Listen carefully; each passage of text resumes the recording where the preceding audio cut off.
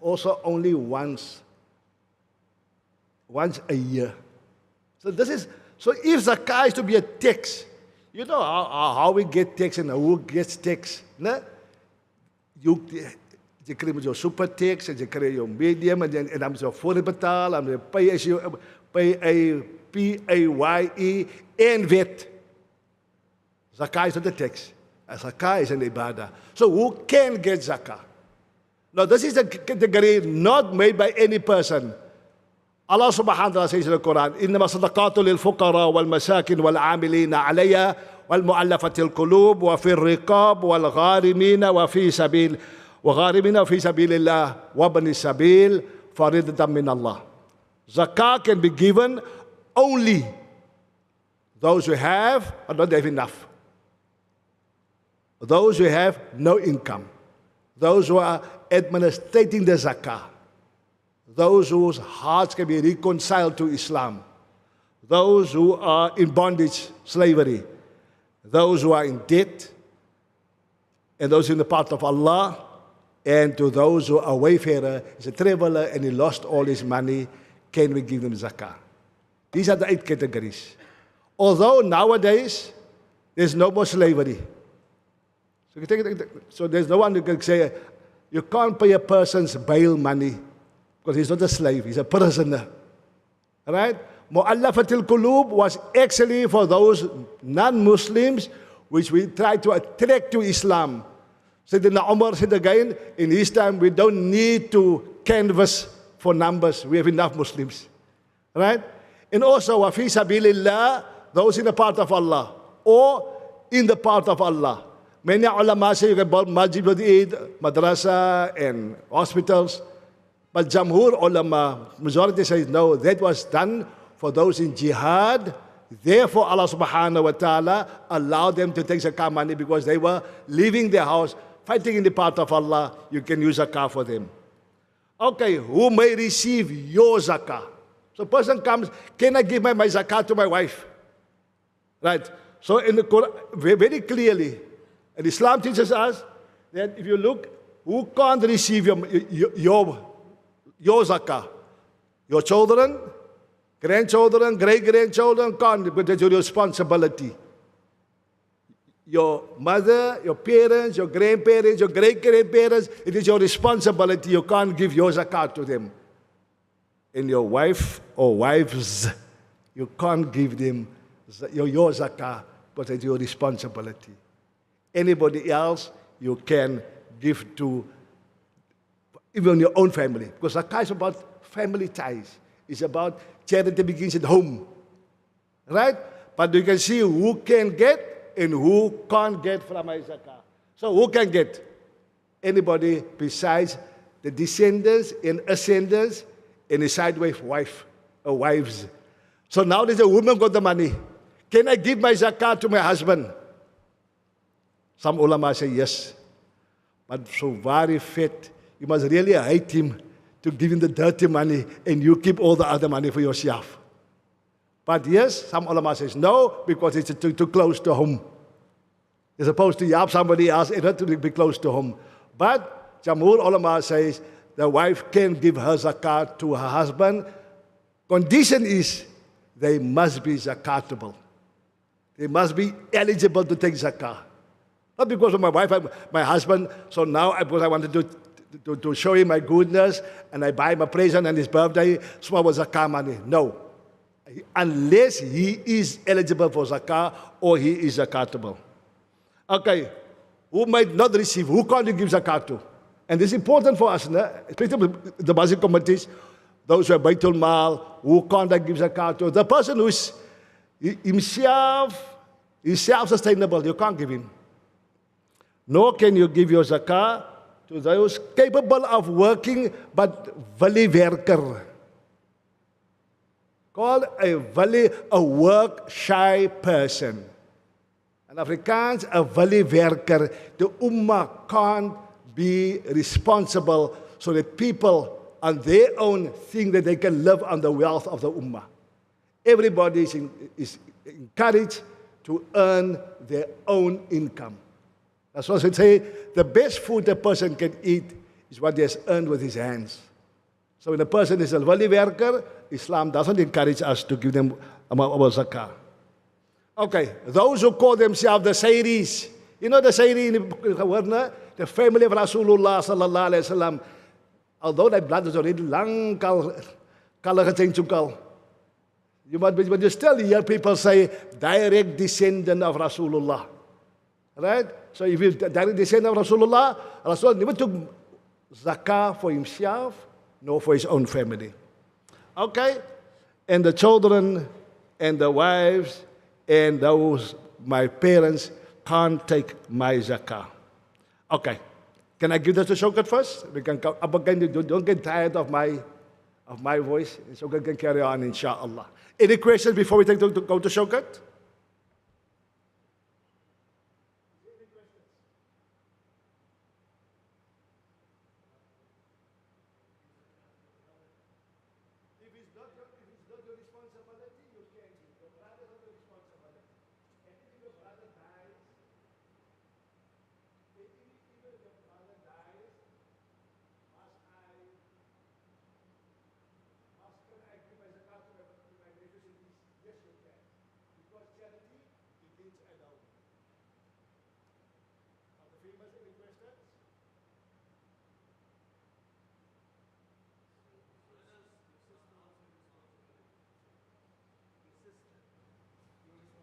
Nope. Only your children, grandchildren, great-grandchildren is your responsibility. Your parents, your grandparents, your great-grandparents, your responsibility. Your wife or your wives is your responsibility. Everybody else, God for amal, I can for himself. You can give to your sister. You can give to your sister's children. You can give to everybody else.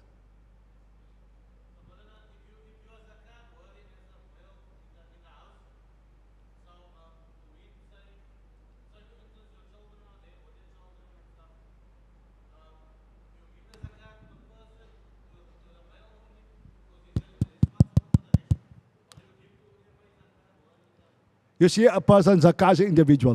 Now we say the father comes to ask for assistance with zakah. Can I give him? Yes, you can give him, and he then see to those who is his responsibility. But the moment the money goes to the recipient, in his hand is no more zakah. The moment a person receives zakah or fitrah.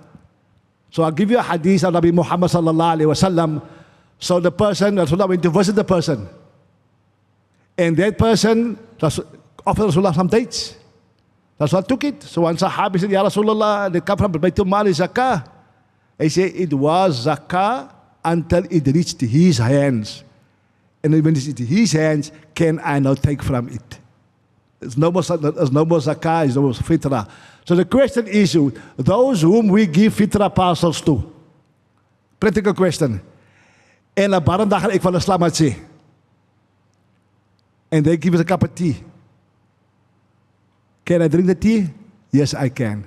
Even though I am not zakatable, but because he gave it, it is no, from his side, it is no more zakah, it is his charity, or whoever, whatever he calls it, it becomes his haq now. The color has changed because it has reached the hands of the recipient. Anyone else?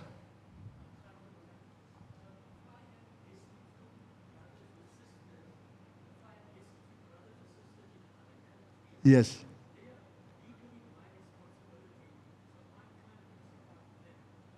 My brothers and sisters in another country. No, your own brothers and your own sisters you can give zakah to. You can give zakah to. Though we also say the right path is to give to those where you earned your wealth. Right? But because it is family, charity begins at home. So we know people in India, when you send money to India, my zakah. As long as it's not my parents or my children or my wife, the other wife there in India, as long as it's not them, anybody else of the family, yes, you can send your money to those in India or in Bangladesh or in Somalia.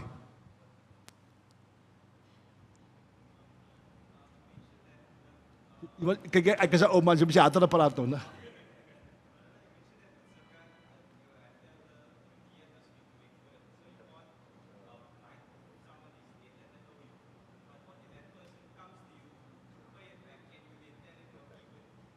Good question. The person come, you know the person. Again, the person who borrows from you, is he zakatable? When you say you can keep it knowingly in my heart, I'll give it as my zakah.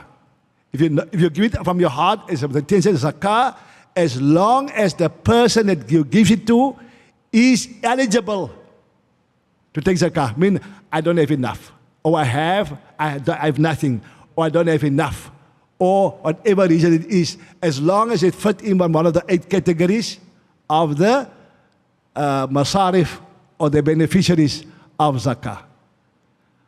But if you make intention, like, okay, we know our own family, and we also know who's a con man, right? So you know there's a con man. The man has got, he just like a lot, right? So I can't make intention for zakah because he's not zakatable. But if I know the person is zakatable or eligible for zakah, I'm able to say in my intention also, without telling him, don't worry, you don't have to pay back. So do you have to tell the person, is it zakah? Or shouldn't I tell him? As long as you know the person is zakatable, then you don't have to tell the person. But if you are doubtful, is the person zakatable? Does the person don't have? So you ask the person, would you mind if I give you zakah? Or you tell him, this is zakah. Now the onus lies on him to be accountable by Allah subhanahu wa ta'ala for taking or for refusing. Okay, Showkat, you can get out. So we'll go on to the second segment. Showkat will take on, inshallah, and then we'll come back to the questions that we have to answer, inshallah.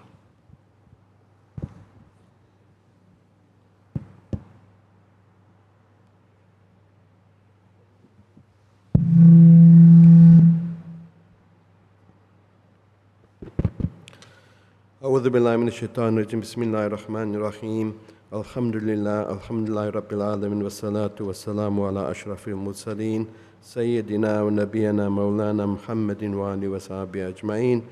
Respected shuyukh, brothers and sisters, Assalamu alaikum wa rahmatullahi wa barakatuh. Maulana has covered the basis from the Quran and Sunnah why there is an injunction to pay zakah itself, really. I hope to, in this section, give you the actual practical calculation of zakah and on what zakah is payable and on what zakah is not payable. But the most important criteria for any surplus, and obviously we're talking about surplus wealth, really, are the 4 conditions that's on the screen. If those 4 conditions jointly are not there, then no zakah is payable on the surplus wealth. So that's the most important. So the test always is, what are these 4 conditions? Are they present to your surplus wealth? If the answer is yes, you will pay zakah on your surplus wealth. And if the answer is no, then fundamentally these 4 conditions have not been met, and therefore no zakah is payable. So the 4 conditions that we're going to talk about is nisab, whole, ownership, and growth. So these assets or this surplus wealth must meet these criteria, really. So the first one is nisab. This is the minimum amount of wealth that you must have before your surplus wealth becomes liable for zakah. This is the minimum amount of wealth that you must have throughout the year, and by the way, you choose an Islamic year as you deem fit. So obviously, we know a lot of people pay the zakah in Ramadan, first of Ramadan to next Ramadan. That's the criteria. You pay once a year on a particular Islamic date that you've chosen, effectively. And we also know that there are 40 times more rewards when you discharge of good deeds in the month of Ramadan. So a lot of people choose Ramadan to pay your zakah itself.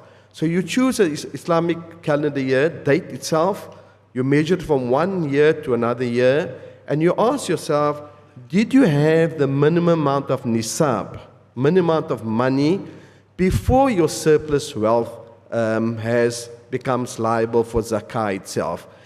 And in a hadith related by the Prophet ﷺ, he said that you can base it on gold or you can base it on silver. So generally the consensus is that we base it on 612 grams of silver, and the South African National Zakah Fund on its website gives you the value of the 612 grams of silver every day we update our website. So currently, as you see on the slide, the value at the moment is 7,727 Rand. So what does it say again? You must have at least that amount of money throughout your year that you've chosen before your surplus wealth becomes liable. Clear? In other words, if you have 5,000 Rand as surplus wealth, no zakah is payable. So the first condition is not met. If you got 6,000 Rand surplus wealth, then you've not met the criteria of nisab, and therefore no zakah is payable. However, once you exceed, in other words, if you have 10,000 Rand, you pay on the 10,000 Rand, not 10,000 minus 700. You pay on the 10,000 Rand. But you've held the minimum nisab throughout the year, and therefore your 10,000 Rand zakah, your 10,000 Rand wealth is subject to, you'll see in a minute, 2.5% of zakah. Hopefully that clears that one. The second criteria is how this minimum nisab must be with you for a whole year. Okay? So strictly speaking, if the minimum nisab is 7,500 Rand, and during the year that you've selected, you drop below that, strictly speaking, a new year starts from the time you get back to nisab. Right? Let's start again. The nisab is 7,500 Rand in our example. I say to you that you've got to hold the 7,500 Rand for a full year. Got it? However, if you drop to 5,000 Rand, you don't have the minimum nisab, and you haven't held it for a whole, you haven't held it for a year. And therefore, your year actually starts again when you reach the minimum nisab. In other words, if you get to 8,000 Rand in 2 months, and you're holding that for a whole year, then your surplus wealth is subject to zakah. Now, this is obviously a very impractical situation to manage. Think about it this way, that you are into a nisab position, you're out of a nisab position, you get back into a nisab position, you come out of a nisab position. So the scholars have said that at the beginning of your Islamic year, if you got the minimum nisab, don't worry about the fluctuations in between. If at the end of the year you got your minimum nisab, we say your money surplus wealth is zakatable from a practical point of view. From a practical point of view. And to illustrate that point here's some examples. In this case, the first of Ramadan, in this case, the first of Ramadan in 1440, the brother had 5,000 Rand. And nisab is 8,000 Rand, right? I'm going to not get rich there. 8,000 Rand. The question really is it zakatable? The answer is no, because the starting point was below 8,000 Rand, but the end point was 8,000 Rand. So the answer is there's no liability. The second one, similarly, he starts with 20,000 Rand. He ends up with 5,000 Rand. The two end points are not meeting the criteria of minimum nisab, the 2 points, and therefore there is no liability. The third example is that he had 20,000 Rand at the beginning of the year. You with me? And he has 8,000, irrespective of the fluctuations during the year. We say very simply, your surplus wealth is zakatable, because it's going to be impractical to work out every time when the whole moves effectively from that point of view. And the last example is, he had 8,000 Rand, which is the minimum nisab in this example, and he has 20,000 at the end. The two endpoints meet the criteria of minimum nisab, and therefore we ignore the fluctuations. We ignore the fluctuations effectively. So in these cases, only the last two have paid. So please, from a practical point of view, we ignore. We only look at the starting point and we look at the end point, and hence we keep the calculation very simple. So there's another example of how to calculate it, but I'm not going to go through that one. So the next criteria, so we covered nisab, we covered the concept of whole. You've got to hold it for the 12 months. From a practical point of view, we look at the starting point and we look at the end point. The next thing is you must be having total ownership of the surplus wealth. Total ownership. In other words, you must be able to do with the wealth as you want to do. You must be able to do with the wealth as you want. So let's use a practical example. You got a deposit of money and you gave it to the bank, and you pledge the deposit to your brother's bank overdraft. That's not freely available, and therefore zakah is not payable. That's a very practical example. You got a surplus money, you gave it as a deposit for your brother's business, who tied it up in his business with an overdraft or a loan, whatever the case, from the bank. You don't have unfettered ownership. You don't have freedom to do as you wish to do. The moment that condition is impinged, you don't have to pay zakah on it, really. That's your third criteria. The fourth criteria is the surplus wealth must lend itself to growth. Reversely, private assets are not zakatable. The surplus wealth must lend itself to growth. In other words, if you put money in a savings account, it's going to grow. If you buy stock with your money, the stock will turn in need to more money. It will lend itself to growth, effectively. But the reverse of that is that such assets as your personal cars, your personal dwelling, your property from which you're earning rental income, your van in your business, those assets are not taken into account for the calculation of zakah. Put it very simply, private assets are not used in the calculation of your zakah, effectively.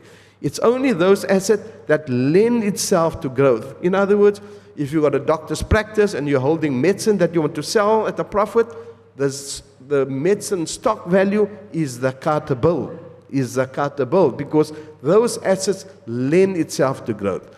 So we've covered the four conditions, and I always want you to test yourself against that four conditions. Somebody's going to say cryptocurrency. Somebody's going to say loyalty points. Somebody say to you clicks e-bucks or FNB e-bucks, effectively. The criteria is, does the four criteria apply? And if the answer is yes to all four. If it fails on one, it's not zakatable. Clear. So now, what is the formation of the calculation of zakah? All of you here, that you have to pay 2.5% of the surplus wealth, 2.5%. But what is the basis of that?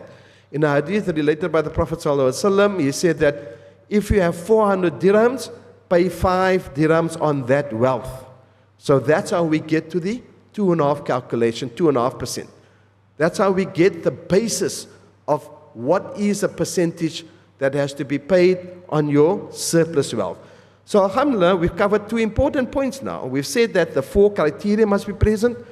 Maulana has given you the basis from the Quran and the Sunnah on what you must pay and why you must pay and what your reward is, effectively. You choose a date in the Islamic calendar. And you then look at the 4 criteria, and you then have the 2.5% calculation on that.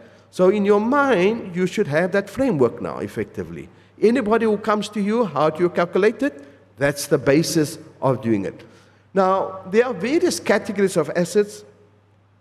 Maybe just to clarify, non-zakatable assets. I said to you, personal assets are not subject to zakah, effectively. Capital assets, those assets that you use in a business, in other words, your van, your machinery and all that, not zakatable, because those assets don't lend itself to growth. Those assets facilitate growth. It doesn't lend itself to growth. In other words, if you've got a truck, you're not going to get higher value unless you're in the business of selling trucks. If you're in the business of selling trucks, then it is an asset that lends itself to growth. If you're in the business of selling cars, then the cars are the items that you're going to pay zakah on, because those assets are assets which lend itself to growth. You must distinguish between that which is your business and that which is your private assets, effectively. Okay? The assets that lend itself to growth, to repeat it again, is lending itself to zakatable, being zakatable. Waqaf assets, as you know, I mean, those of you who have served on committees and so on, those assets are not zakatable effectively. Unlawful assets yet you've gained, Allah subhanahu wa ta'ala does not want to be receiving or contributions on zakah on those unlawful assets. In other words, if you're ever gambling or you do whatever other way, interest income and so on, no zakat is payable on interest income. That you must dispose of, as the shuyukh will tell you in this case. And then in certain cases, you'll hear later on from the next speaker which assets are in agriculture and in mining zakatable, but there are certain assets which are not zakatable in mining and in agriculture. So Hoosen Essof will cover the agriculture and mining assets really. So which are these zakatable assets, the surplus wealth that we're always talking about? I mean, we've given you the basis. So we call it liquid assets, maybe an accounting term. We call it surplus money, surplus money. And when we say surplus money, that money itself can take in various forms. You could have a deposit with Al Baraka Bank, you could buy unit trusts with the Oasis. That's all money, and what I personally call near money. Anything near money. In other words, that you are lending itself to growth and you can convert it to cash immediately, almost immediately. Those assets are liquid assets, and those assets form your surplus wealth. So if you can think of your own investments, you've got an endowment, a Sharia compliant endowment policy for your children, for education, that's near assets because you can go cash it up tomorrow, effectively. Unit trust, effectively, yes, you're going to pay on that because it's near cash, effectively. If you play the stock market and you have listed shares, my humble opinion is the value of the listed shares is zakatable because you can convert it to cash immediately. So the criteria is it liquid? Is it close to liquid assets really? And you'll see one of the areas that I think personally where people are neglecting to pay zakah is in business. Because most of us think that when we talk about assets and liquid assets, we think about money, in the forms of money, unit trusts, endowment policies, but we do not think in the form of stock, goods in your business, and we do not think in the form of customers that owe you money. In other words, for a doctor, the patient owes him money. Okay? When the wholesaler sells on credit, those customers owe him money. Those money you learn in a minute, those assets are zakatable because they're near liquid, they're near cash, effectively.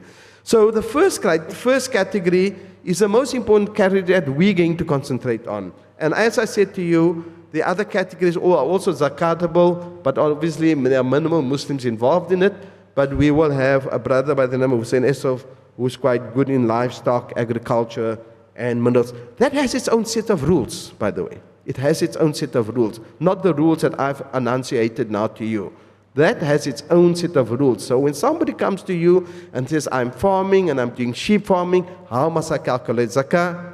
The amber light must go on, not the normal way. It's a special case. Get hold of the South African National Zakah Fund. Arrange for a consultant to come see you. We know what the answer is, but there are minimal individuals in this area, but we have the knowledge to assist you in calculating it. So liquid assets, as I said to you, is made up of various things. As you know, money in the bank, listed shares, I mentioned listed shares and unit trust, policies, endowment policies, effectively. Those that are Sharia compliant and those who are not Sharia compliant, effectively. And we'll give you the answer in the case where the policies are not Sharia compliant, really. There are special rules with regard to gold, silver, and jewelry. We'll cover that, and we'll talk about business assets. So in this example, it's quite simple. The man has personal assets of 30,000 Rand. He's got business assets of 60,000 Rand. And he's got shares in a company worth 100,000 Rand. Now, I've told you by now, the personal assets are not zakatable. So you'll see in the calculation at the bottom, it says that the zakah calculation is on the 190,000, which is the personal assets, that's investment assets in this case. So you add the three amounts and you pay your 2.5% on it. The important thing for you to realize, you're leaving 97.5% behind. Allah subhanahu wa ta'ala has indicated that we only want 2.5% to purify your wealth, to bless you with your earnings, and you pay it on surplus wealth. In other words, if you spend the money, no zakah is payable. Only on surplus wealth on your Islamic date. If this brother had spent his whole 190,000 rand, there is no zakah payable. And the logic of it is that within an Islamic economy, if you're spending and you're spending and you're spending, somebody is earning, somebody's job is being paid for. So within an Islamic economy, they encourage you not to hoard the money effectively. Because when you buy in an Islamic state, you pay over, you spend the money, the brother who is running the business or is manufacturing a car or furniture, whatever the case is, he's receiving payment for it, he intends to pay zakah on his, and so the cycle carries on. Think about it logically. We in the South African National Zakah Fund particularly place emphasis that when we buy goods and services for our recipients, we do it with Muslim households, because it stays in the economy of the Muslim person, effectively. The shopkeeper that gets the grocery order from us on a regular basis, he in turn does make some markup, but he in turn will be liable to pay zakah on that effectively. So think about it, that the cycle actually works, because the recipient of zakah is unlikely to go and buy a car with that money. He's going to buy basic necessities, effectively. And hence, he will go spend the money at the shopkeeper that happens to be a Muslim, hopefully. Or we buy the groceries from a shopkeeper that's Muslim, and hence it stays in the economy. It stays there, and it grows the Muslim ummah from that point of view. So zakah on money, those of you, it's very simple. You've got your bank account, you take your money in the bank account, the balance again on the date that you've selected, you pay on surplus wealth. You do not pay on the rental income. Please, you do not pay on salaries. You pay on surplus wealth. In other words, if you're letting a property and you've rented out and you spend all the money that you got, there's no zakah payable.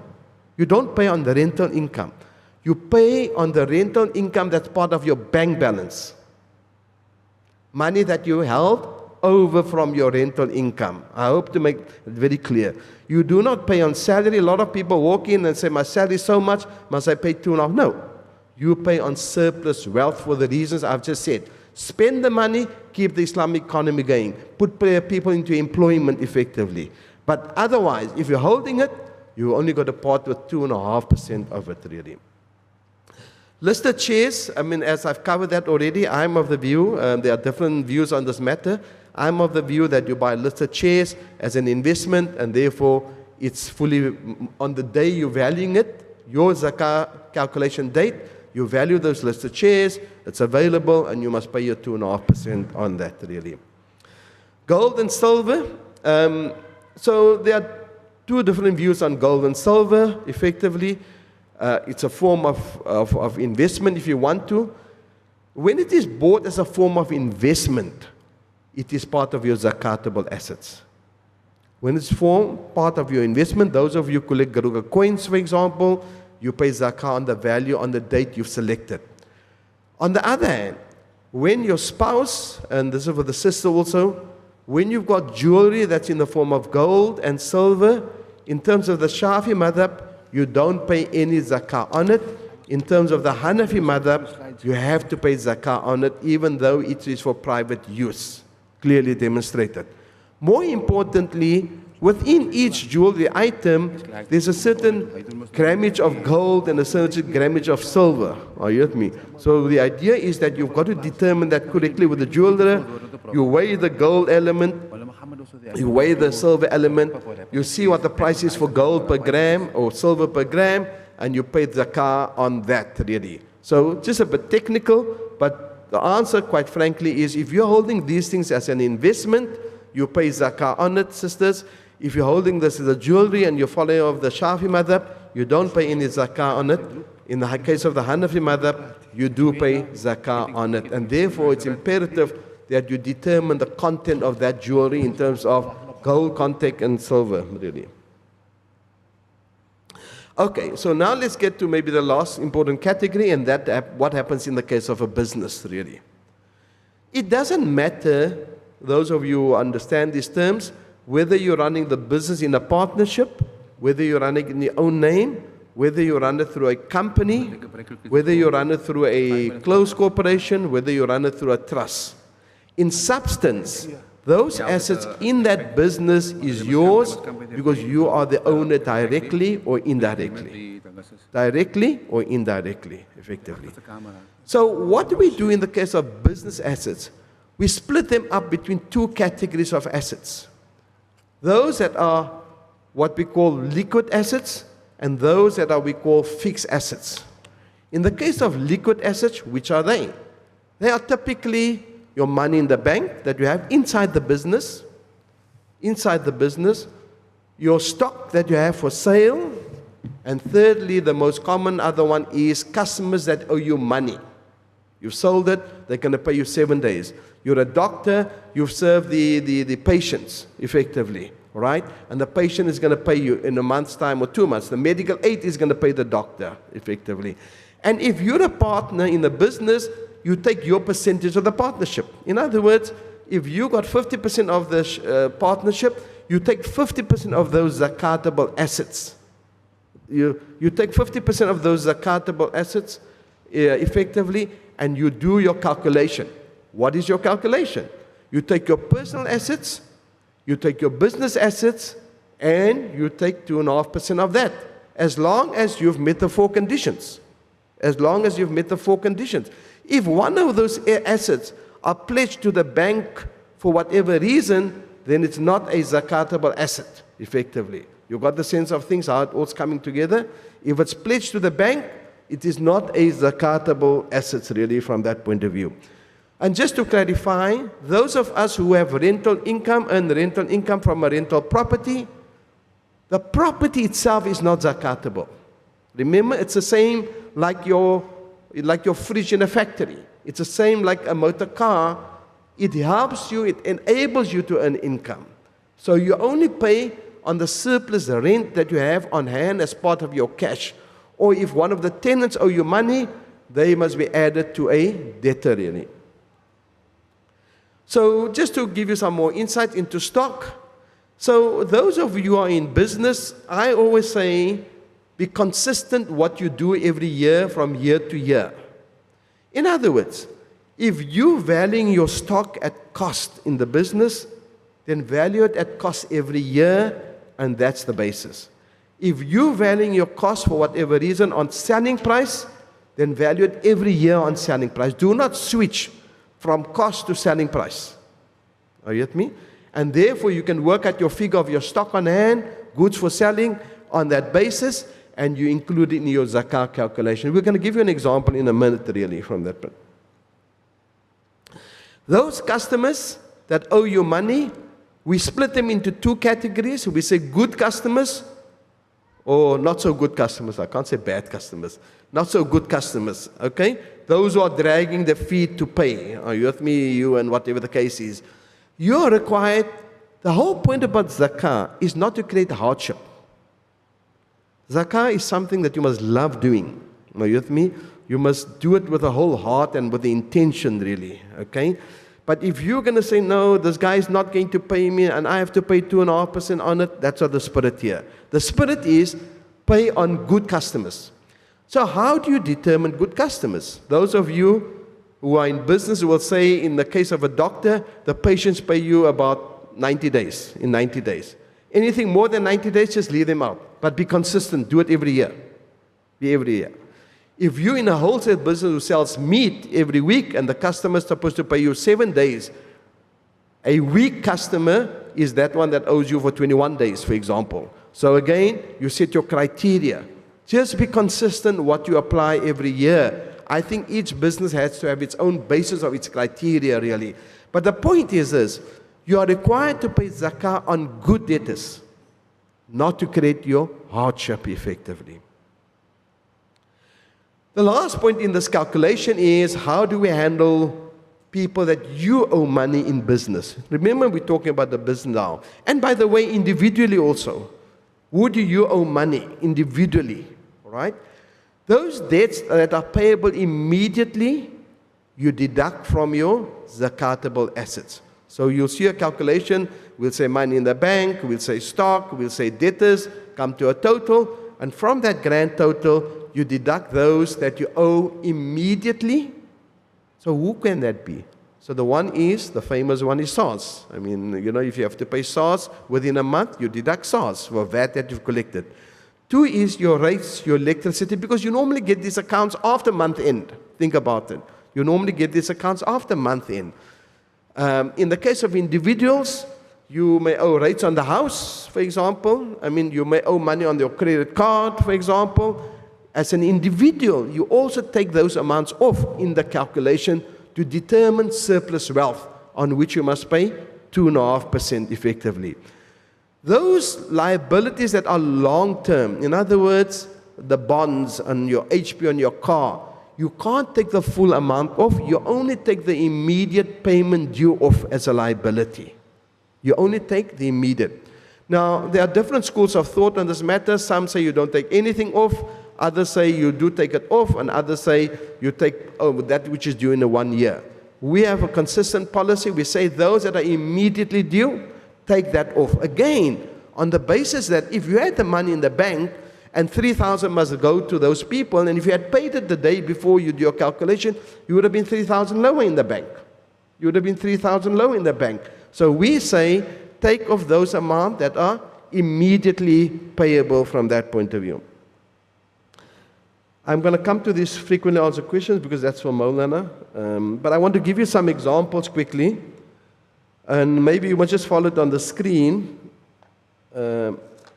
So in this case, the brother's got personal assets, there's some business assets, and there's shares in a private partnership effectively.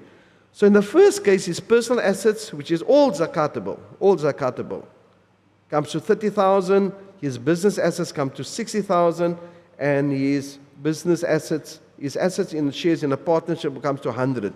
Fairly simple. You take at the bottom, you'll see the calculation. It says 190, which is the 30 plus the 60 plus the 100. You all simple, very simple one. 30 plus 60 plus 100 gives you 190,000. Only 2.5% has to be paid on it. And the 2.5% comes to 4,750 rand, brothers. Small amount. Let's take this case. There's a residential property of 1 million rand. Okay, I've got a few minutes left.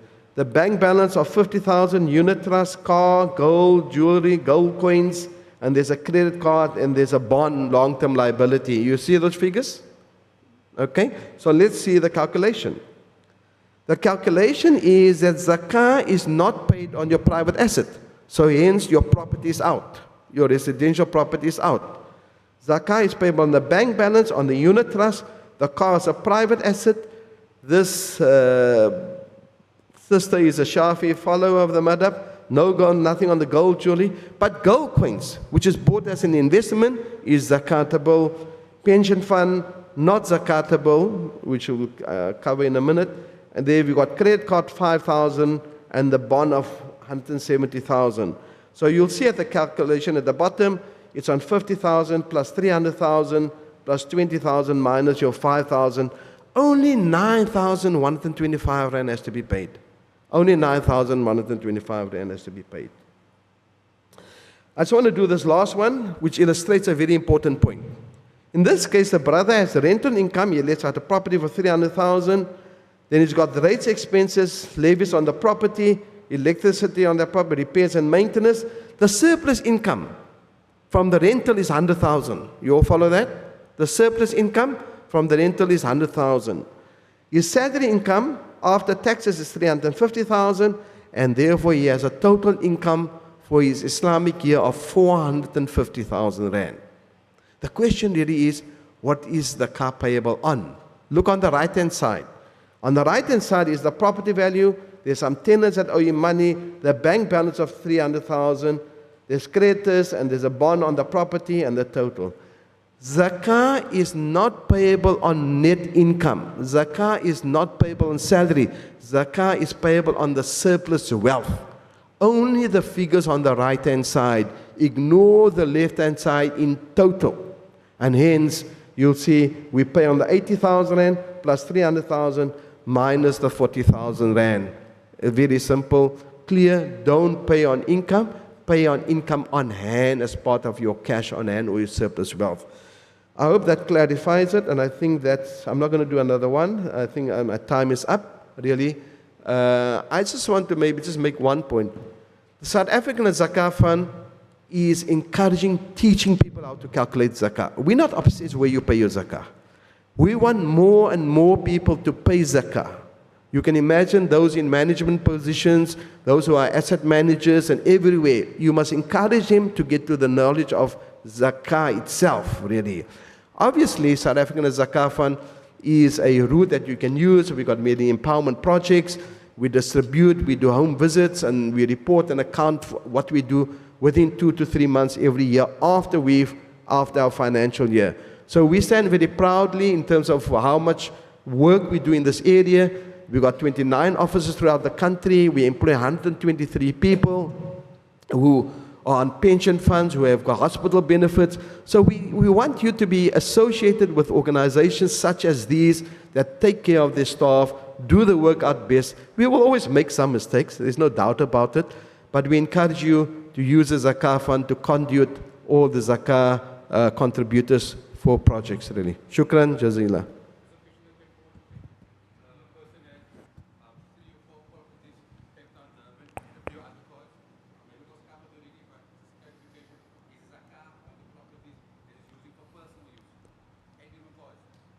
So I think the gist of the question is, if you've got more than one asset of private use, I mean, are you hoarding or are you having unnecessary assets, really?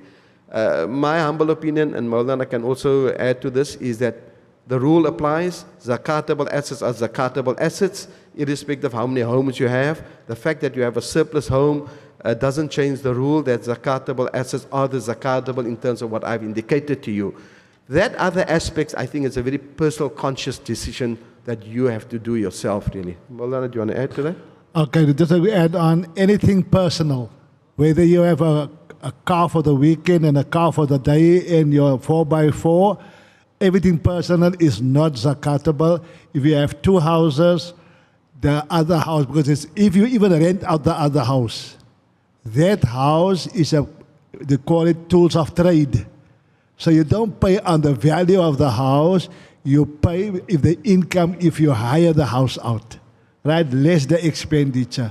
So everything personal, Islam is not here to rip you of your personal, even your personal toys.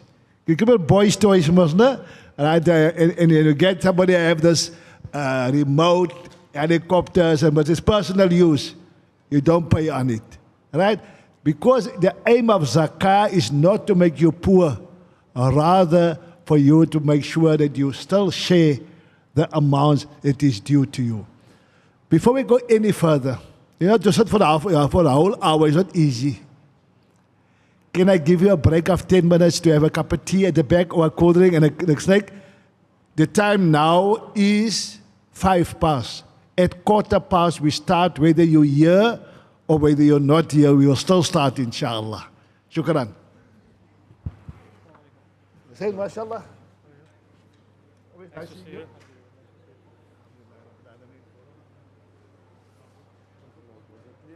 Okay, private question.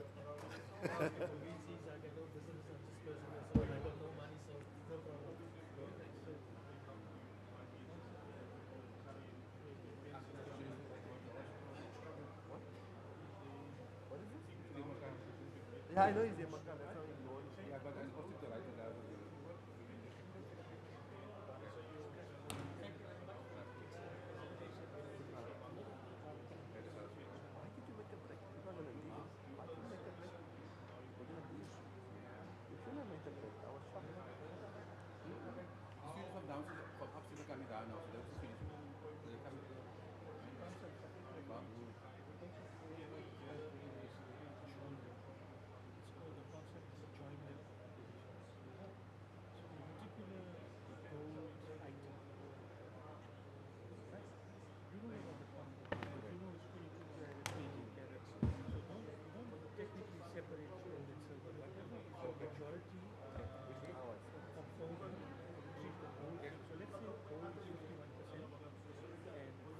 All right. Yeah, just for our group. Group chat. Okay. Come in, brother. No, come in, brother.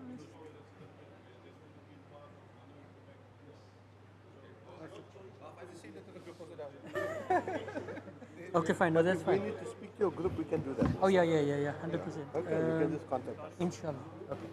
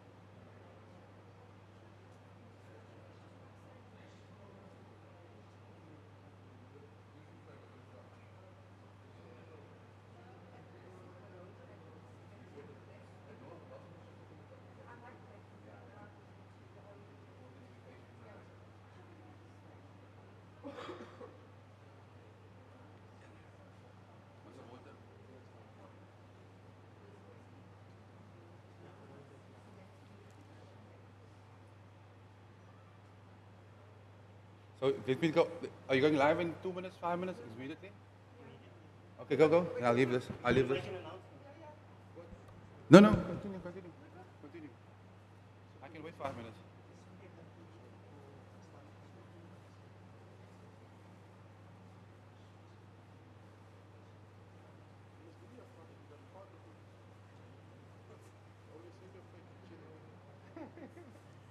But I'll get it from Sakin. Look at the voice. The paper. On this paper.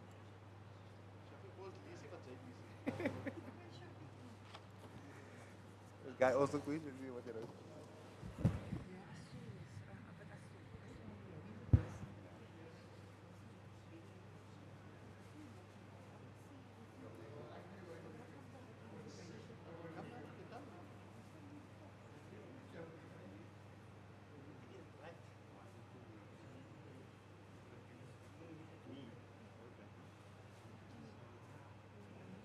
How long is it going to be? 2 minutes.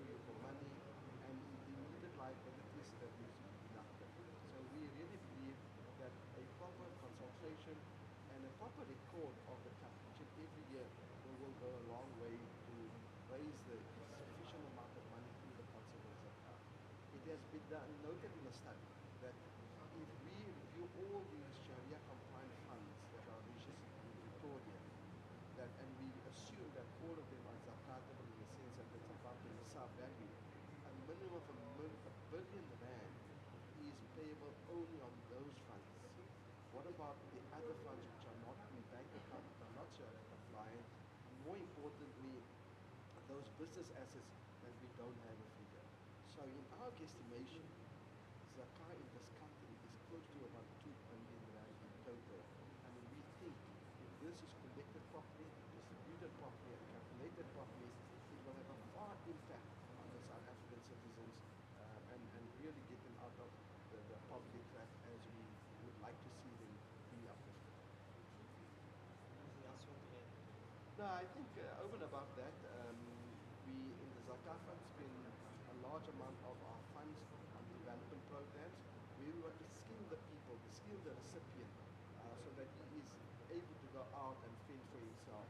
So a substantial amount, close to about 60% of our funds, going into skills training, goes into development programs, goes into bursaries, goes into vocational training, and we do believe that is the proper way to uplift and utilize the Zakah funds in uplifting a community. So with those few words, I want to thank you for giving me the opportunity to say a few words. Assalamu alaikum. Everybody, the break is done, inshallah. We're going to start in the next minute. So the youth are completing the program at the mouth. Okay. So just remember, no eating in the main masjid, inshallah. Water should be fine. As a request, that should be happening at the Kanala Main. So those who are done with receive their snack packs, inshallah, can you make your way to the masjid? Because we're starting in a minute, and please encourage the youth who completed the program at the top to make their way to the masjid. Shukran. Yeah, give it to Marwan. Where's my other one? It's done upstairs. Yeah, Stilmas was using it. Is this from notes? Put it in. Because I need to do notes. Put my presentation in. Okay, it's on here. It's on here. Yeah. Just put. You go to the other one? Just launch it for me, please. No? Okay. Just put that other one and we'll keep going. You may add the slide to it at the beginning. Okay, no, fine. This one, yeah? So go to this one, yeah. This one, yeah? Tablet, Yeah. I speak it quiet, so I speak it clear. I've got the big one. I did 101. What do you pay for it? Page for mine was a 3. 3.5. I paid 5. And I paid 5 for the other one, the Dual Max. Is it? Where do you buy it? From a guy. Find the other one? And Galva. Find the other one? Gucci. Okay, that was from that guy. Yeah, Gucci. Splinter new in the box. We don't have another one.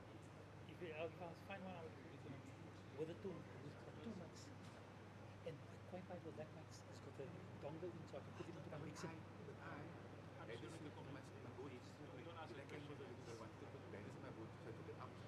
But why did he tell me that? Do you know this idea? Why is he? This is the next Nazmi. I'm just going to make a comment. This is the next Nazmi. His name is Bilal, and his surname is Ikama. Same, I tell you about Is he from Gateman?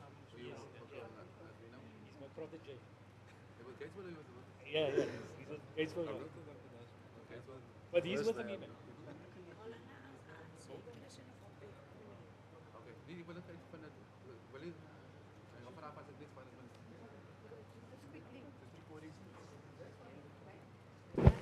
Assalamu alaikum. Can everybody move to the masjid? We want to start, inshallah.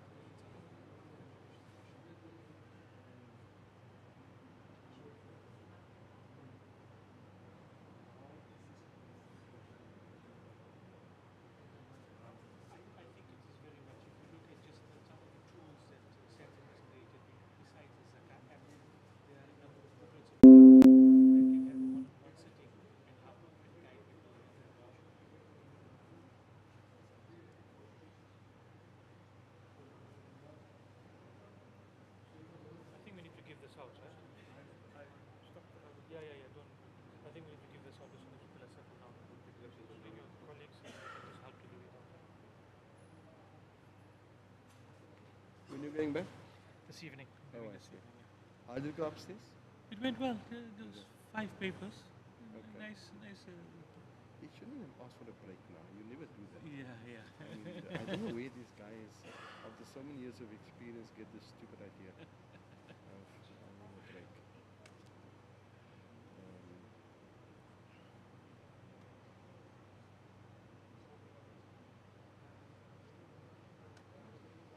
And Hassiem gave the time and he's past his own time.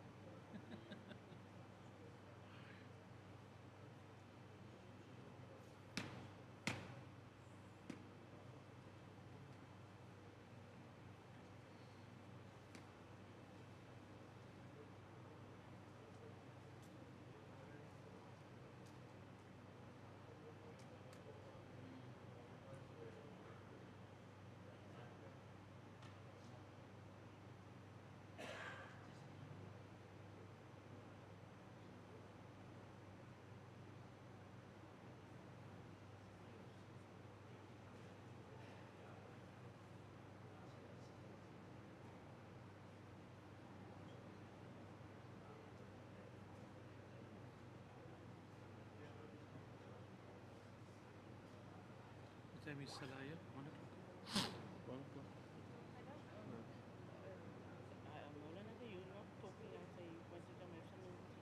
No, man, we're going to see if they got questions. Yeah, Yes, okay. Shafiq must come and you must get the people going, man.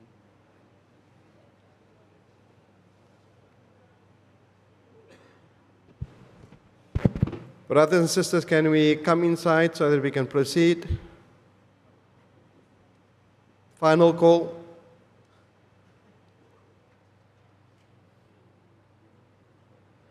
Whilst the other brothers are coming in, just on my session, I've got my brother Hoosen Essof here, who will lead us into the next session on agriculture and etc. Are there any questions on my part that you need clarification on? Anyone had any questions? Yeah.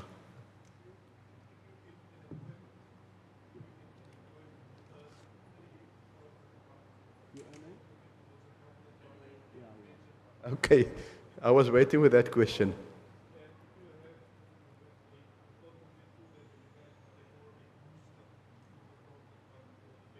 Yeah. Okay. So, sisters, the question was, about provident fund, pension fund, and retirement funds. Just quickly to give you the insight into that. When you contribute to a pension fund and a provident fund, because it's a condition of employment always, the balance in your fund is not part of your surplus zakatable assets. In other words, when you're contributing every month, because it's a condition of employment, in other words, you're forced to, effectively, and you don't have access to those funds under certain circumstances, the amount is not zakatable. However, that is distinguished from a retirement annuity. A retirement annuity you do voluntary. In other words, especially those who are not in employment can have the equivalent of a pension fund, but it's called retirement annuity. And in that case, you've got to get the value of the retirement annuity on your zakah calculation date, and you've got to pay that on that. Right, that's the first point. The second point is that assuming that is a Sharia-compliant retirement annuity, if it's not a Sharia-compliant retirement annuity or an endowment policy or some form of savings, you only pay zakah on the contributions you've made, because the earnings, as I indicated, is not halal, effectively. So you can't take the value of the retirement annuity fund when it's a non-Sharia compliant one. You only take the portion of your contributions since it started, because that comes from your halal earnings, effectively. So if you do a booster into a pension fund or a provident fund, if that booster, in my humble opinion, was done voluntary, in other words, you volunteered to do it, then I do think that that amount should be included in your zakatable assets because you gave it voluntary. If, for example, the company gives you a booster for good performance and puts it into a pension fund, then it's not a zakatable asset. You've got to go back to the 4 criteria. Does it then itself to growth? Have you got freedom to do as you wish to do with it? Are you with me? Does it meet the minimum criteria of nisab? And was a nisab with you? Go back to the 4 criteria really. Any other question?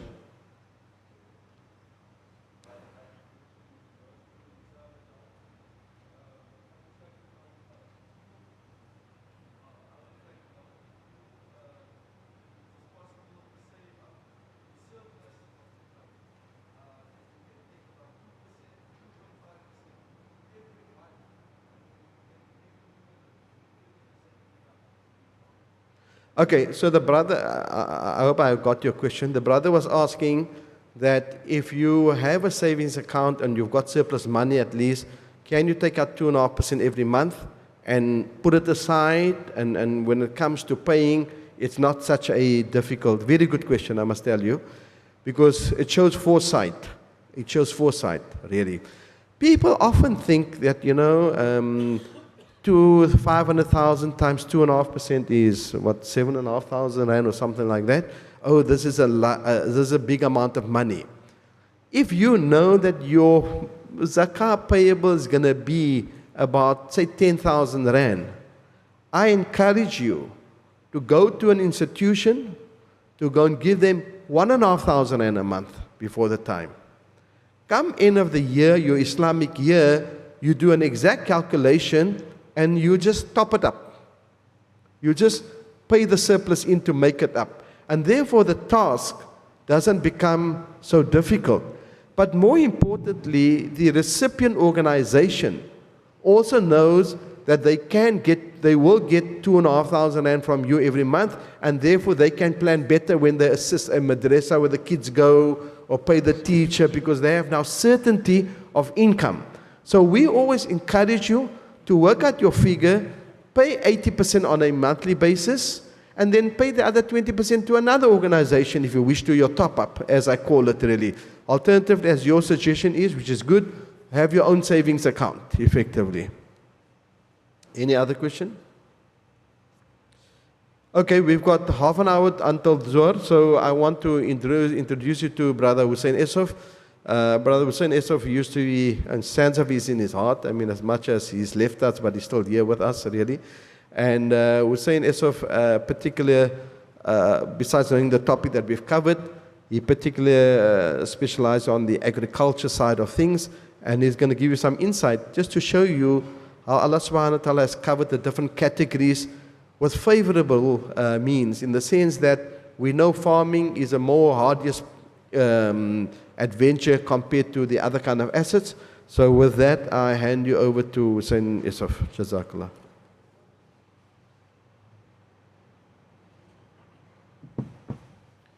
Assalamu alaikum wa rahmatullahi wa barakatuh. Showkat didn't mention that I'm now at an educational institution, and as a trainee in the educational institution, we do everything backwards. So all of you has got one of these sheets with you, and maybe we could just spend 2 minutes to go through this. So it's like a questionnaire, and it's to test what you've forgotten since this morning. If we can just take maybe 2 minutes, just go through this. Between Maulana Hassiem and Brother Showkat, they would have gone to a lot of this, but it's a good takeaway as well. So let's just go through that. You may need a pen, and I'm sorry we may not have distributed pens, so just have a look at each one of those and we'll go through that quickly.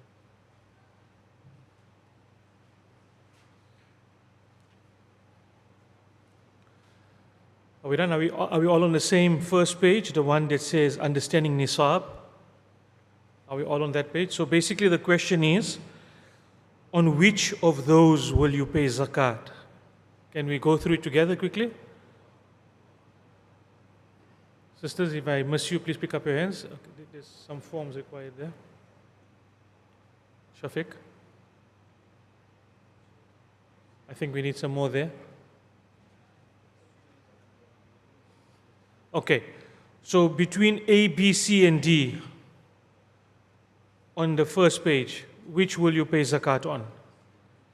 A, B, C, and D, which will you pay zakat on? A, C, and D. Why A?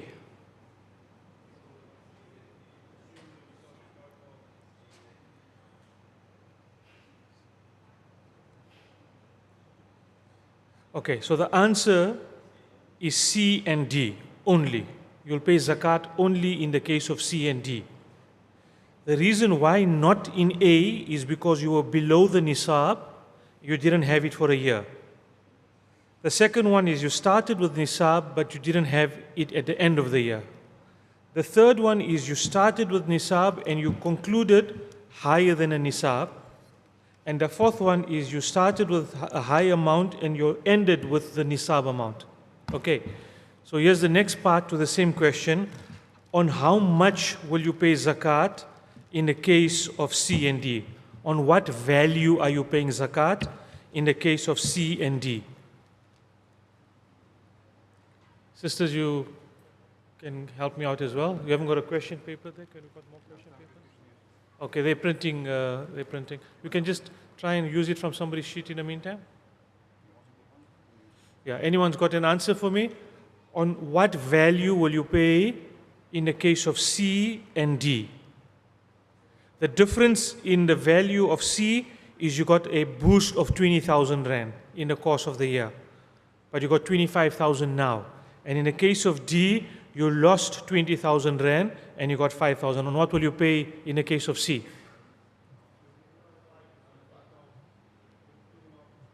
25,000, yeah.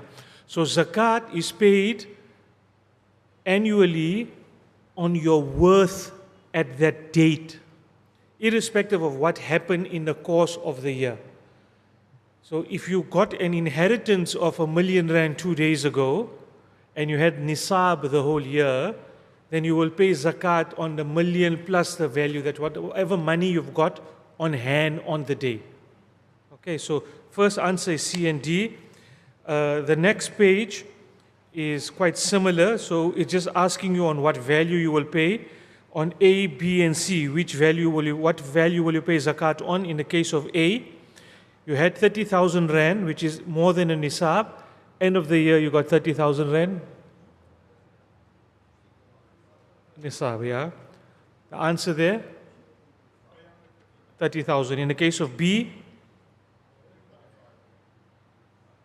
35. In the case of C, 25. So zakat is paid annually on the same Islamic date on the value that you've got at that time of the year if it's over the nisab. Are we okay, sisters? Right, let's go to question 3 or page 3. Zakat on personal assets. I haven't got A, B, and C written on this page, but let's just work on from A to this last column. So it's gold, silver, diamonds, furniture. On which assets, which items are zakatable? So I know we are in Cape Town and it's a Shafi'i madhab, so all the sisters are going to say no gold and silver. So let's go with that, no gold and silver. In Johannesburg, where I'm from, the Hanafi madhab predominant, and the ladies will pay zakat on that. Right? All right. Is diamonds zakatable? For personal use. Is diamonds zakatable for personal use? Even if it's R1,000,000 Rand worth of diamonds? Is diamonds zakatable if they are for personal use, even if it's R1,000,000 Rand? No? Hey, sisters are getting away with murder. Okay, the answer is no. Furniture in your house, are those zakatable? No. Appliances in your house? Clothing that you wear? Well, there is one exception, right? Unless you've got clothing made of gold and silver, right? But let's assume no for now, right? A motor vehicle that you drive, the second motor vehicle that you have, the third motor vehicle that you have, okay? A holiday house, savings and cash, paintings, ornaments and frames, like you got a Van Gogh at home. I won't send the police to ask you where you got it from, but you got a Van Gogh at home. Will you pay zakat on it? Paintings, ornaments and frames, will you pay zakat on it? Did I hear somebody say yes? If it's an no, for personal use. Yeah, no, right. Yachts and boats, rugs and carpets, laptops and computers.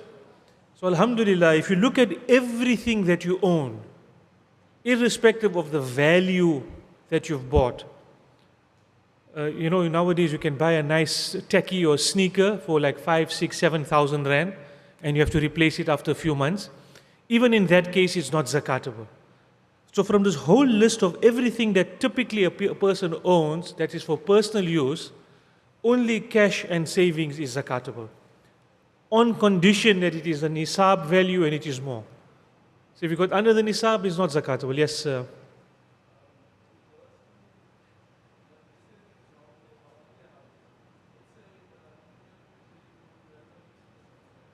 Say it a bit louder, sorry. Holiday house, yes.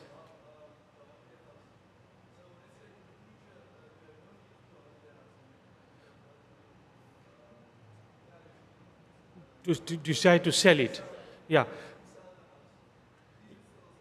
No, it only becomes zakatable at the time when it becomes converted. So when you sell it and it becomes a different type of an asset, i.e. cash, only then does it become zakatable, and only then also in that year.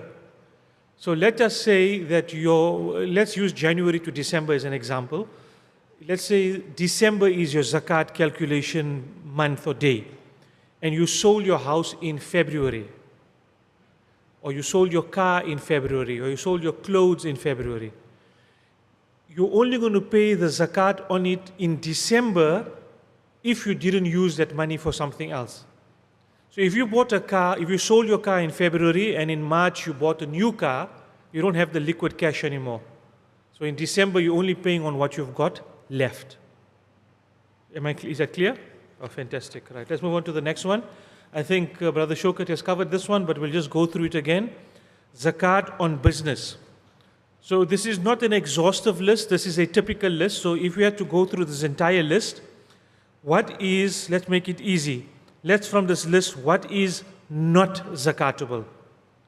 What is not zakatable from this list?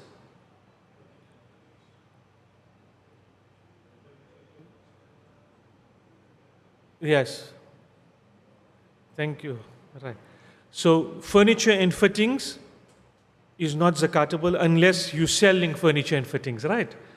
Equipment is not zakatable, computers, a printing press, anything like that is not zakatable.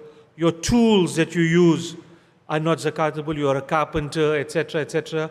Those things are not zakatable. Your delivery vehicle is not zakatable. Merchandise, your stock is zakatable, as per the instructions that Brother Showkat gave earlier, how to value it. Okay? Laybys becomes a little bit complicated or technical.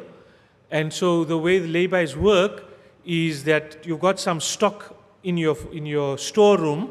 Somebody has paid already cash towards the stock. So the full value of the stock is not zakatable because technically it's not yours. So let's say you put up a shoe as a layby for 100 rand and somebody paid you 50 rand. So they've already paid you 50 rand. That money is probably mixed in your bank account, whatever it is. But the value of the stock that belongs to you or that belongs to the other person is 50 rand. So you'll only pay zakat on the difference and not on the full value. Okay? Stock in transit, so you bought some things, it's coming from China, or it's coming from wherever it is zakatable. You've bought stock for selling, but it's not yet here, it's still on the ship coming through, or it's still in the plane. Is it zakatable? It's zakatable? Yes. If it's paid for, yeah. So there's two opinions on that. And the general opinion is, if it is in the hand of your agent, it's as good as it being in your hands. If it's paid for, but still in the factory, it hasn't yet been dispatched, it's still in their hands and they are still liable for it. So once you become responsible for it, then it becomes zakatable. Okay? I can't see the other ladies behind this pillar, but I'll work around it, right? Defective and dead stock. So, example, you are selling clothes. I don't have my pants today, but the older people will remember baggy pants. They're coming back into fashion, yeah. But let's assume that somebody opened a store in 1945 and they found a box full of baggy pants in the storeroom. Will that be zakatable? Will that be zakatable? So anything that has a value would be zakatable. He may have bought it in 1945 for 10 shillings. The equivalent of today may be 1,000 rand, but he'll probably only fetch 50 rand for it because there's no market for it. So dead and defective stock, generally, whatever value you can realize will be zakatable. Okay? Unfinished goods, same case. You are manufacturing, you are a CMT, and you're making, I don't know, bed sheets or clothing or a t-shirt or a shirt, and it's still in production, right? There's still a value, an intrinsic value in it. It may not be the final value that you will sell, but there's an intrinsic value in it, you'll put it. Raw material. So let's take again, somebody is manufacturing bed linen. You've got a wardrobe full of bed linen, of the fabric. It's not the finished product, it's the raw material. It's also zakatable in that case. Let's go to this next one. The title says Islamic charities and who pays. Islamic charities and who pays. Right. Who pays zakah? Who pays zakat? Right. Who pays zakat? The owner of the wealth. That's right.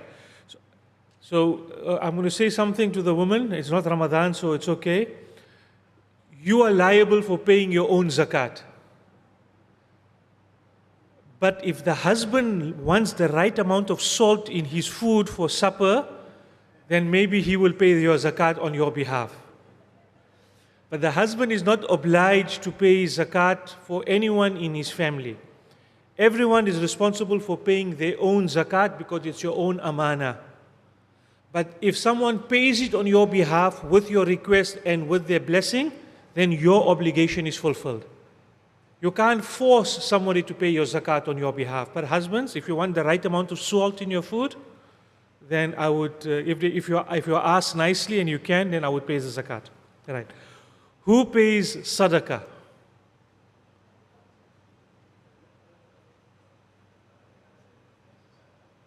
Who pays sadaqah?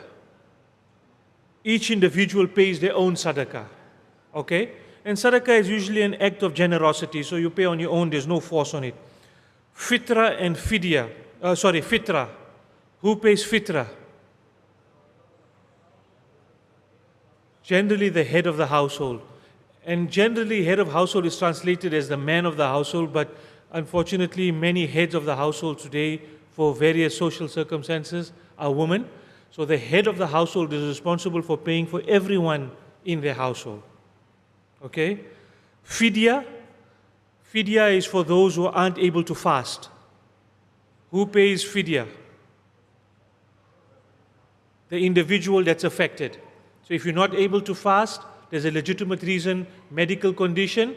Again, we can come back to the salt issue, but we'll just keep it individually. Individually, you are responsible for fidya because you are making up for the missed fast. Okay? Kafara, none of you should be in this position, inshallah. It's for deliberately breaking a fast. Deliberately breaking a fast. And for those of you who don't know, the rule of kafara, the first is you must free a slave. Second is you must fast for 60 consecutive days. The third is you take out your gold card. So you don't take out your gold card first. To free a slave costs a pretty penny. We don't hear too much of that nowadays, but in the days of ISIL and ISIS, there were plenty of slaves that were freed. So to free a slave cost a pretty penny. Inshallah, Allah never gives us an opportunity in a position to have to pay kafara because we don't break our fast deliberately, inshallah. Qurbani, I know there's a madhab difference here, but the Qurbani, who pays Qurbani? Individually you pay, because it's an ibadah, you do it on your own. And dam and badana is what you do during Hajj, and again, individually you pay for that. Was there a question earlier on this side? Did I see hands up earlier? Jay. Then there's no fidya. Like fitra. Fitra is only paid by those who can afford to pay, right? But the value is relatively small. I think it's about, this year, it may be as little as 40 Rand, as an example, right? So, okay. Let's move to the next one. Brother Showkat may have gone through some of these already. Zakat on property and building. Let's go from left to right. Do you pay zakat on your own private house? If you live in it, if you rent it, if your parents are using it, if your children are using it, will somebody pay zakat on it if you live in it or if somebody else is living in it for free? There's no zakat on your private house, irrespective of the value of the house, irrespective of how many homes you have. Okay? Is there zakat on the value of the property? I mean, the second column, rental. Is there zakat on the value of the property if the property is for rent? So I got a house, I bought my second house, I'm renting it out, I'm getting 10,000 Rand a month. Do I pay zakat on the value of the house? No. I'll pay zakat on what Showkat tried to explain earlier, is the net rental income. So I've received 120,000 rent in the course of the year. I paid expenses, I bought this, I bought my second Ferrari, I've only got 8,000 Rand left. You'll pay zakat on that 5,000 Rand that's left. You bought a property for speculation. Is there zakat on property that you bought for speculation? The answer is yes. So I bought a house to resell. So anything that you bought to resell, down the road from me there's a house that is a little bit dilapidated. I bought it with the intention of fixing it and selling it. My intention is like buying a can of baked beans, to buy it and to resell it. It becomes an asset, it becomes a stock, and it becomes zakatable. Yeah. Yeah. No problem. Okay. All right. The next two is property and property shares. Long-term property investment and shares. There is zakat on that, and the value is on the asset value. That's what the shares, Brother Showkat was talking about earlier. Let's go to the next page. Which family members can receive your zakat? Which family members can receive your zakat? I'm going to ask the sisters. I'm going to ask the sisters on this one. Can your grandparents receive your zakat? Can your uncle and brother receive your zakat? Can your spouse receive your zakat? Husbands, can your spouse receive your zakat? The answer here will be yes, and the answer there will be no. The general rule is no, but there are some madhabs that allow for women to give their zakat to husbands if they are zakatable and they meet the conditions. All right? But a husband can never pay zakat to a wife because it is your nafaka, it's your responsibility to look after the wife to begin with. So sometimes it is allowed, it is madhab related. Okay. So this is that, and I'm completed. So I don't know who got 80%. Whoever got 80%, your certificates are waiting outside. And congratulations, you are a zakah consultant now. Alhamdulillah. Okay, let's go through to two important things. For agriculture and for animals, it's not an easy subject to talk about because what complicates it is there are some tables to calculate zakat. So for example, there are rules that say something like, if you own 40 sheep, then only are you liable for zakat. If you got 39 sheep, you don't pay zakat. Then there's a table that says between 41 and 60 sheep, you pay zakat, and you pay the zakat in 2 sheep. So without complicating your life, There are a few items of animals in particular, sheep, goat, cattle, and camels that are zakatable. But it's very easy. There's a table that you use, and using the table you calculate your zakat. For agriculture, there is zakat as well on most of the things that you grow. And there's different rules about how to calculate zakat. But in a nutshell, the zakat on agriculture is between 5% and 10%. Okay? There is a difference of opinion on whether or not there is a nisab on agriculture. The Hanafi madhab says there's no nisab on agriculture. All the other madhabs say there is a nisab on agriculture. But irrespective of that, the calculation is either 5% or 10%. And the 5% and 10% depends on how it is irrigated. So if the plantation is irrigated naturally, with a natural spring or a natural river or rain, then the zakat is higher, the rate is higher, because the blessings of Allah is higher.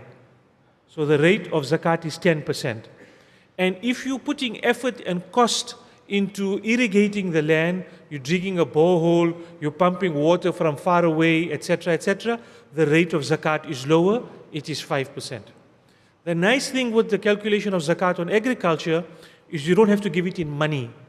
You give it in the goods that you are growing. So if you are growing spinach as an example, then you will allocate your land and will say 5% of the land, whatever grows there, is for zakat, the rest is for consumption or for selling, or etc. So that's the simple rule of zakat on agriculture and animals. I'm happy to take some questions on that, but if you're not dealing in that field, that it may not be important necessarily, and I'm happy to sit after the door and we can go through some of that as well. Shukran jazilan, I hope I did justice. Please use this as a good guide for you to use. It's an easy thing for you to remember, and it may be useful, inshallah. Shukran jazilan, assalamu alaikum.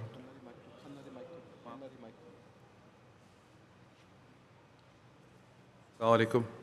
Shukran to Brother Hoosen Essof. I think that was very informative. I think everybody agreed that going through the papers and doing illustration, so everybody's comfortable, 80%, alhamdulillah. But the Nazim probably 70%, inshallah. Inshallah.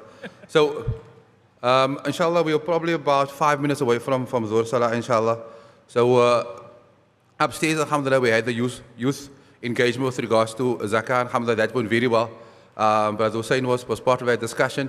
And the outcomes from that, inshallah, we're actually planning to have another session where zakah will be presented by the youth. So we have various institutions like Cassiem, Medina Institution. We even have IPSA, the institution. We have students even from Azhar University who are studying there, who presented papers on zakah. So alhamdulillah, it's been very well. So there will be future. Just watch our social media, inshallah. There will be discussions further, especially in Ramadan, after Ramadan, continue with that, inshallah. So shukran for your participation, inshallah. So specifically, everybody knows that the month of Ramadan is on our doorstep. It's probably a few hours away from now, inshallah. We still make dua that Allah subhanahu wa ta'ala gives us the blessings of Shaban and take us to the month of Ramadan, inshallah. And we always make dua for those who have passed away. As we've seen now, is many of our family members, many of our friends passed away. Even those we saw last Ramadan, they're not with us, inshallah. So we encourage everybody to make dua for them, inshallah.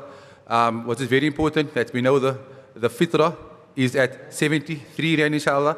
Mawla Ashib will probably tell you, if you move further into the northern suburbs and up and further up, it goes from 75 to 100 rand, inshallah. So we encourage people to pay your fitrah. And then the fidya sitting at 23 rand, inshallah. So very importantly tomorrow at the masjid also.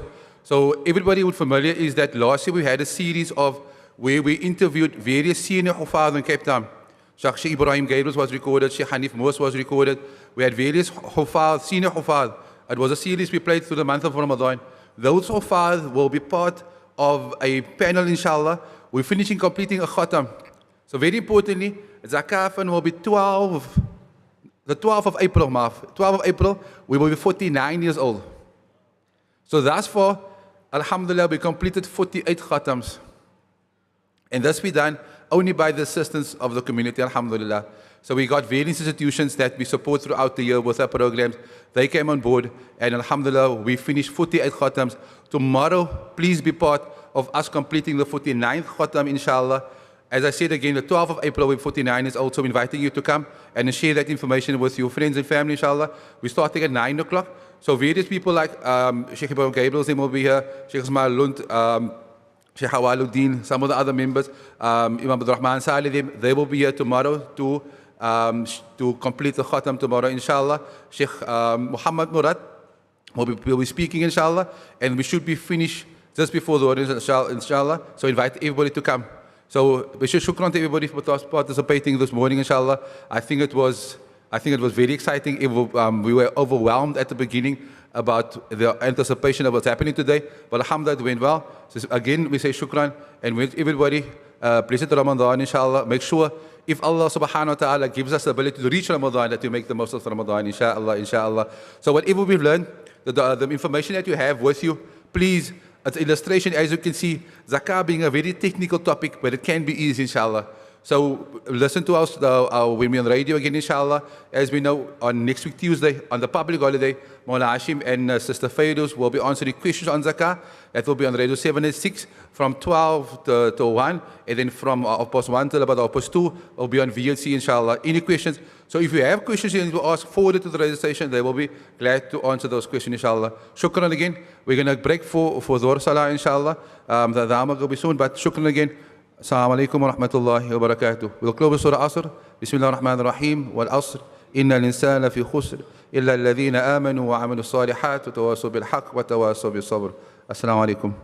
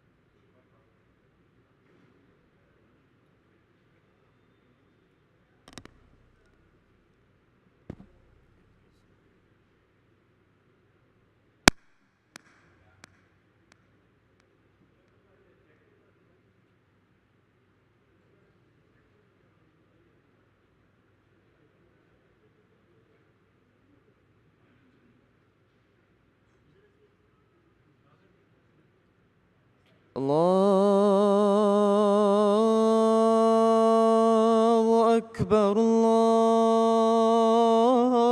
الله أكبر